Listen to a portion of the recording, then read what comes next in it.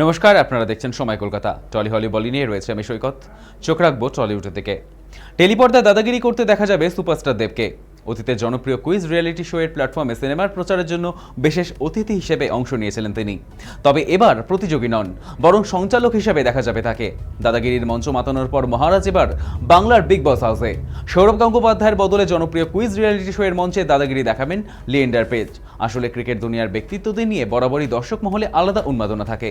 উপরন্তু লিয়েন্ডার আন্তর্জাতিক খ্যাতিসম্পন্ন ব্যক্তিত্ব, যদিও তার বাংলা বলা নিয়ে সন্দেহ ছিল। তবে রাত পোহাতেই শনিবার টেলিপাড়ায় নতুন খবর, দাদাগিরির মঞ্চে সঞ্চালনায় এবার দেবকে দেখবেন দর্শক মহল।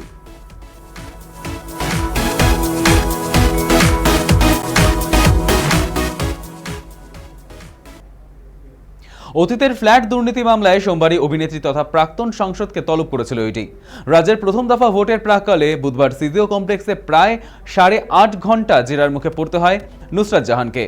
কখনো রেশন দুর্নীতি, আবার কখনো সেভেন সেন্স ইনফ্রাস্ট্রাকচার নামক সংস্থার কোটি কোটি টাকা আর্থিক জালিয়াতির প্রসঙ্গ টেনে অভিনেত্রীর উদ্দেশ্যে ধেয়ে আসছে লাগাতার কটাক্ষ। বাদ যায়নি অতীতের বিতর্ক। এবার ইডির দপ্তরে হাজিরা দেওয়ার দিন তিনেক বাদে ইঙ্গিতপূর্ণ পোস্ট নুসরাত জাহানের। এবার ফ্ল্যাট দুর্নীতিতে মামলায় ইডির তলবের পর কটাক্ষের মুখে পড়েও তার ব্যতিক্রম হয়নি। পাল্টা নিন্দুকদের উদ্দেশ্যে তোপ দেখেছেন তিনি।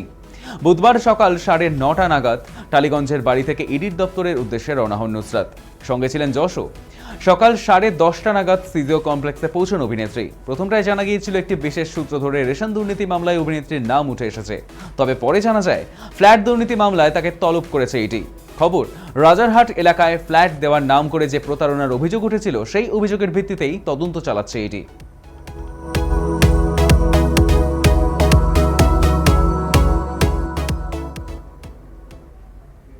সাইবার হেনস্থার শিকার অক্ষয় কুমারের মেয়ে নিতারা ভাটিয়া। চলছিল অনলাইন গেম, তার মাঝেই খিলাড়ি কন্যার কাছে আসে কুপ্রস্তাব। খেলার মাঝেই জনৈক ব্যক্তি নিতারার কাছে তার নগ্ন ছবি চেয়ে বসেন। বিষয়টি জানতে পেরেই মহারাষ্ট্র সাইবার সেলের দ্বারস্থ হয়েছিলেন অক্ষয়। তদন্তে নামে পুলিশও। ঘটনা 2025 সালের।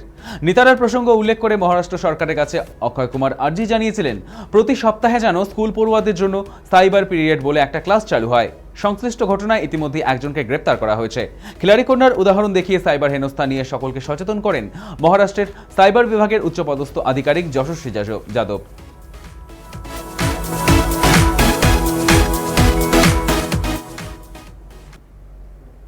প্রথম দফার পর এবার পাখির চোখ রাজ্যের দ্বিতীয় দফা নির্বাচনের দিকে। হাতে আর মাত্র কয়েকদিন।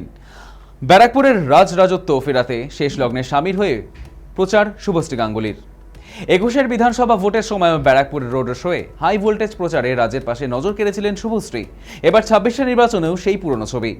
2024-এর 26 এপ্রিল রবিবার দুপুর 3টে থেকে সংশ্লিষ্ট বিধানসভা কেন্দ্রে প্রচার করবেন টলিপাড়ার লেডি সুপারস্টার। রাজ শুভশ্রীর রোড শো লালকুটি থেকে শুরু হয়ে যাবে মাধব নিবাস পর্যন্ত। উল্লেখ্য, গতবার প্রচারে মিছিলের নায়িকার পাশে ছিলেন নায়িকার দিদি দেবশ্রী গঙ্গোপাধ্যায়ও। 5 বছর পরে ব্যারাকপুরের ঘরের ছেলে হয়ে উঠেছেন রাজ চক্রবর্তী। সে কথাই স্পষ্ট বুঝিয়ে দিয়েছেন রাজ চক্রবর্তী নিজেই।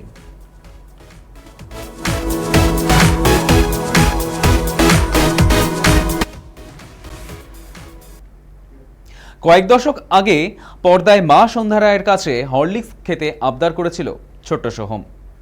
সেই ছোট্ট সোহম এখন চণ্ডীপুরের বিদায়ী বিধায়ক 26 নির্বাচনে করিমপুর বিধানসভা কেন্দ্রের তৃণমূল প্রার্থী। শেষ দফা ভোটের প্রাক্কালে জোর কদমে প্রচার চালাচ্ছেন তারকা প্রার্থী। তবে হরলিক্স ও সোহমের কানেকশন যে আজীবন, তার একদম হাতে গরম প্রমাণ মিলল নির্বাচনী প্রচারে। কাঠফাটা গরম উপেক্ষা করে নদিয়ার করিমপুরের পিচে প্রচার চালাচ্ছেন সোহম। তারকা প্রার্থীকে দেখতে অলিতে গলিতে ভিড় জমাচ্ছেন স্থানীয়রা। তবে দুয়ারে দুয়ারে প্রচারের মাঝেই এক মহিলা অনুরাগী যা করলেন, সেই ক্যামেরাবন্দি মুহূর্ত আপাতত নেট ভুবনে চর্চার শিরোনামে। ভাইরাল ভিডিওতে দেখা যাচ্ছে প্রচারের একেবারে শেষ লগ্নে থালাবাটি নিয়ে এগিয়ে আসছেন এক মহিলা অনুরাগী। সেই থালায় এনার্জি ড্রিঙ্ক হরলিক্সের 2টো পাউচ রাখা। রাস্তার দুপাশে দাঁড়ানো জনতাকে চমকে দিয়ে ওই মহিলা আচমকাই কাঁচি দিয়ে হরলিক্সের পাউচ কেটে ফেললেন। ভোটের প্রচারে বেরিয়ে হরলিক্স খেতে হবে, এমন আজব অনুরোধ এ যাবৎ কেউ পাননি। প্রচারের মাঝে এহেন কাণ্ড ঘটায় খানিকটা বিব্রত বোধ করেন সোহম নিজেও। তবে বিরক্তির লেশ মাত্র নেই তার মধ্যে, বরং হেসেই ভিড়ের মধ্যে দাঁড়িয়ে থাকা শিশু কিশোরদের উদ্দেশ্যে বললেন, ছোট্ট বাচ্চাগুলো আছে, ওদেরকে দিন। আমি একদম হরলিক্স রেডি, সবটা দেই তো